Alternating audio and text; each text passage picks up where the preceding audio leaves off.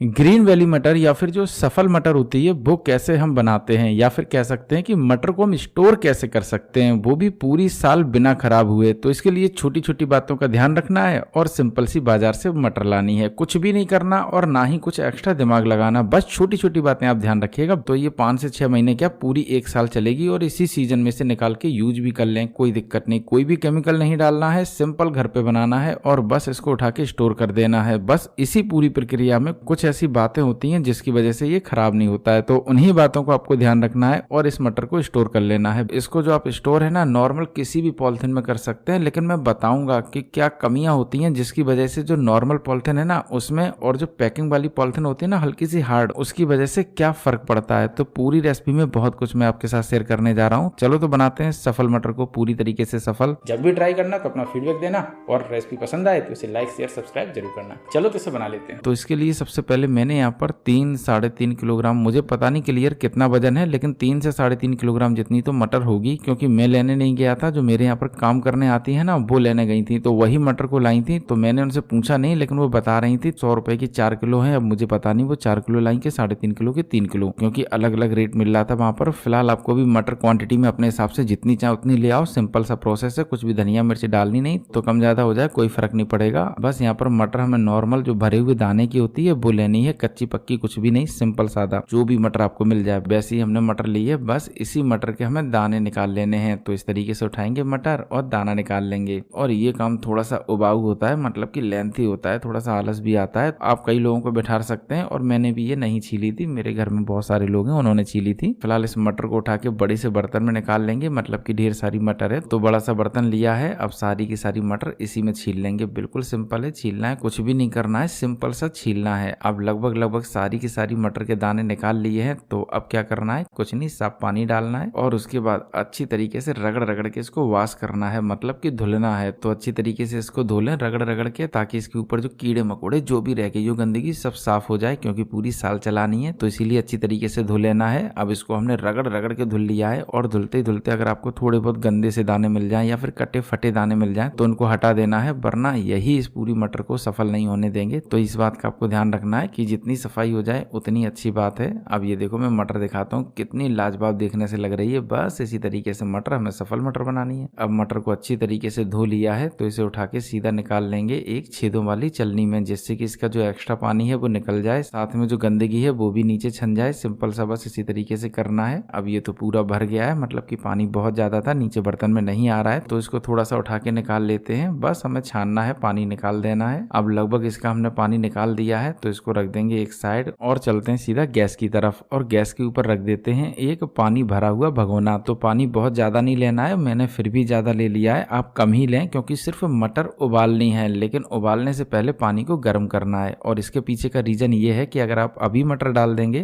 तो मटर के जितने भी बैक्टीरिया है ना वो खत्म नहीं होंगे, तब तक जो मटर है ना वो उबल जाएगी और हलवा हो जाएगी। तो इसीलिए पानी को पहले गर्म हो जाने दे, एकदम से बढ़िया बैक्टीरिया खत्म हो जाएंगे। उसके बाद मटर को डालो और मटर भी अच्छी तरीके से 15 से 20 मिनट उबाल लो, इससे उसके अंदर के भी बैक्टीरिया खत्म हो जाएंगे। बस यही हमको करना है। तो फिलहाल इसे हम गर्म कर लेते हैं। अब पानी बढ़िया तरीके से खोल चुका है, मतलब कि उबल चुका है, गर्मा गर्म है। तो इसी में डाल देंगे सीधा मटर के दाने और बस इसके ऊपर जितने भी लगे हुए बैक्टीरिया है वो खत्म कर लेंगे। तो इसीलिए 15 से 20 मिनट अच्छी तरीके से उबालना है। और उबालने के लिए हमें क्या करना है, इसको ढक देना है और जब मटर ऊपर आ जाए तब इसे एक बार चला देंगे। बस यहाँ पर ध्यान रखना है कि मटर को कच्चा नहीं रखना है, कम से कम 15 मिनट उबालना है। आप चाहें तो कुकर में भी ये काम कर सकते हैं, कोई भी दिक्कत नहीं, लेकिन मेरे यहाँ पर वैसा वाला कुकर नहीं है जिसमें कि साफ दिखाई दे, तो इसीलिए मैंने भगोना ले लिया और इसमें 15 से 20 मिनट के लिए उबाल लिया। बस यही हमें करना है, बाकी का प्रोसेस बाद में बताएंगे। अब एक बार चेक कर लेते हैं। ये देखो अभी मटर उबली नहीं है, हल्की सी फूट रही है। जब ये हल्की सी मैश होने लगे तब समझ लेना कि मटर उबल चुकी है। तो इस बात का भी हमें ध्यान रखना है। अब मटर को हम 5 मिनट और उबालेंगे। लगभग 5 मिनट हो चुका है, एक बार फिर से चेक करेंगे। ये देखो बिल्कुल परफेक्ट मटर मैश हो रही है। तो अब गैस की फ्लेम को बंद कर देंगे और इसको उठा के सीधा डाल देंगे एक चलनी के अंदर, इससे इसका एक्स्ट्रा पानी निकल जाएगा और जो मटर है वो ठंडी होना शुरू हो जाएगी। अब हमने सारी की सारी मटर निकाल दी है तो इसको फिर से एक बड़े से बर्तन में डाल देंगे, जिससे कि ये फटाक से ठंडी हो जाए और इसे हम स्टोर कर सकें बिना बैक्टीरिया के। तो फटाक से इसको हमें ठंडा करना है और तुरंत इसको हमें भर देना है किसी एयरटाइट डब्बे में या फिर किसी पॉलिथीन में जो नॉर्मल आती है, या फिर आप जिपर भी मंगा सकते सकते हैं, या फिर जो चीनी वगैरह बड़े से पैकेट में आती है ना, वो वाली पॉलिथीन में भी स्टोर कर सकते हैं। और उसके पीछे का मैं आपको रीजन बताऊंगा। फिलहाल हम इसे थोड़ा सा ठंडा हो जाने देंगे। अब मटर ठंडी हो चुकी है और हल्की सी सिकुड़ चुकी है। बस ऐसी ही मटर हमें उबालनी है। अब मेरे यहाँ पर एक डब्बा रखा हुआ है, उसी में इस मटर को स्टोर कर लेंगे। वैसे बहुत सारी मटर है तो कई चीजों में स्टोर करेंगे, फिलहाल हम पहले इसमें डाल देते हैं। और अभी तो ये काफी गर्म है तो हमें थोड़ी ठंडी और कर लेनी है। अभी इसका ढक्कन नहीं लगाएंगे, हल्का सा इसे ठंडा और हो जाने देंगे। तो ये बात भी हमें ध्यान रखनी है। अब जो बची हुई मटर है इसको एक पॉलिथीन में भर लेंगे। और ये जो पॉलिथीन है ना, घर की नॉर्मल पॉलिथीन है। वैसे आप इसमें भर सकते हैं, लेकिन इसमें ना भरने की एक वजह सबसे बड़ी ये है कि जब ये मटर है ना डीप फ्रीज होगी, मतलब कि जब ये फ्रोजन वाली स्थिति में चली जाएगी तो ये पूरी तरीके से जम जाएगी, जैसे बर्फ होती है ना। और जब इस मटर को आप निकालेंगे तो पन्नी फट जाएगी, मतलब कि पॉलिथीन फट जाएगी। हमारे यहाँ पर पन्नी कहते हैं, पिन्नी भी कहते हैं, लेकिन मैं बता रहा हूँ कि पॉलिथीन फट जाएगी। तो इसीलिए मजबूत पॉलिथीन में से स्टोर करें। और मैंने तो एयरटाइट डब्बे में कर ली। दूसरी बात यह है कि अगर इस तरीके की पॉलिथीन में करें भी तो छोटी छोटी 8-10 पॉलिथीन ले लें और उसके अंदर भर लें। और जो भी पॉलिथीन निकालनी है उसे निकाल दें झटके में, फटेगी फट जाए, हमें क्या पूरी मटर यूज करनी है। बाय द वे हमने तो ढेर सारी मटर भर ली और हम निकाल ही लेंगे। नहीं निकालेंगे तो पहले फ्रीज बंद कर देंगे, उसके बाद पिघल जाएगी तब निकाल लेंगे। और ये गलती आपको बार बार नहीं करनी है। एक बार जो आप मटर यूज करें वो फ्रोजन से अगर नॉर्मल टेम्परेचर पे आ जाए तो दोबारा उसे आप यूज ना करें, ना ही फ्रोजन करें, उसको पूरा यूज कर लें। तो ये छोटी छोटी बातें आपको ध्यान रखनी है जब भी आप मटर को स्टोर करें। तो इसीलिए छोटी छोटी क्वांटिटी में मटर लें और उसको बर्फ की तरीके से जमा रहने दें, मतलब कि इतना कि वो बर्फ के दाने बन जाएं। आपको छूने से ही पता चल जाएगा कि बर्फ पूरी तरीके से जमी हुई है, बर्फ का टुकड़ा लग रहा है। तो ऐसा ही आपको रखना है जब तक कि आपको इसको यूज नहीं करना है। और इसमें किसी प्रकार का केमिकल वगैरह नहीं मिलाना है। कुछ लोग मिला देते हैं जैसे कि सोडियम बेंजोएट वगैरह, लेकिन आपको कुछ नहीं मिलाना है, क्योंकि कुछ भी अगर आप ऐड करेंगे तो स्वाद में अंतर आ ही जाता है, क्योंकि केमिकल का अपना अलग स्वाद होता है। वैसे आप लोग बताओ कौन कौन इस तरीके से मटर को स्टोर करता है और कौन कौन अब की बार करेगा। कमेंट करके जरूर बताना। रेसिपी पसंद आई हो तो लाइक शेयर सब्सक्राइब भी करके जाना। सब कुछ करना फ्री है, पैसे नहीं लगने और सरकार ने टैक्स भी नहीं लगाया, तो कर लेना फ्री की चीज।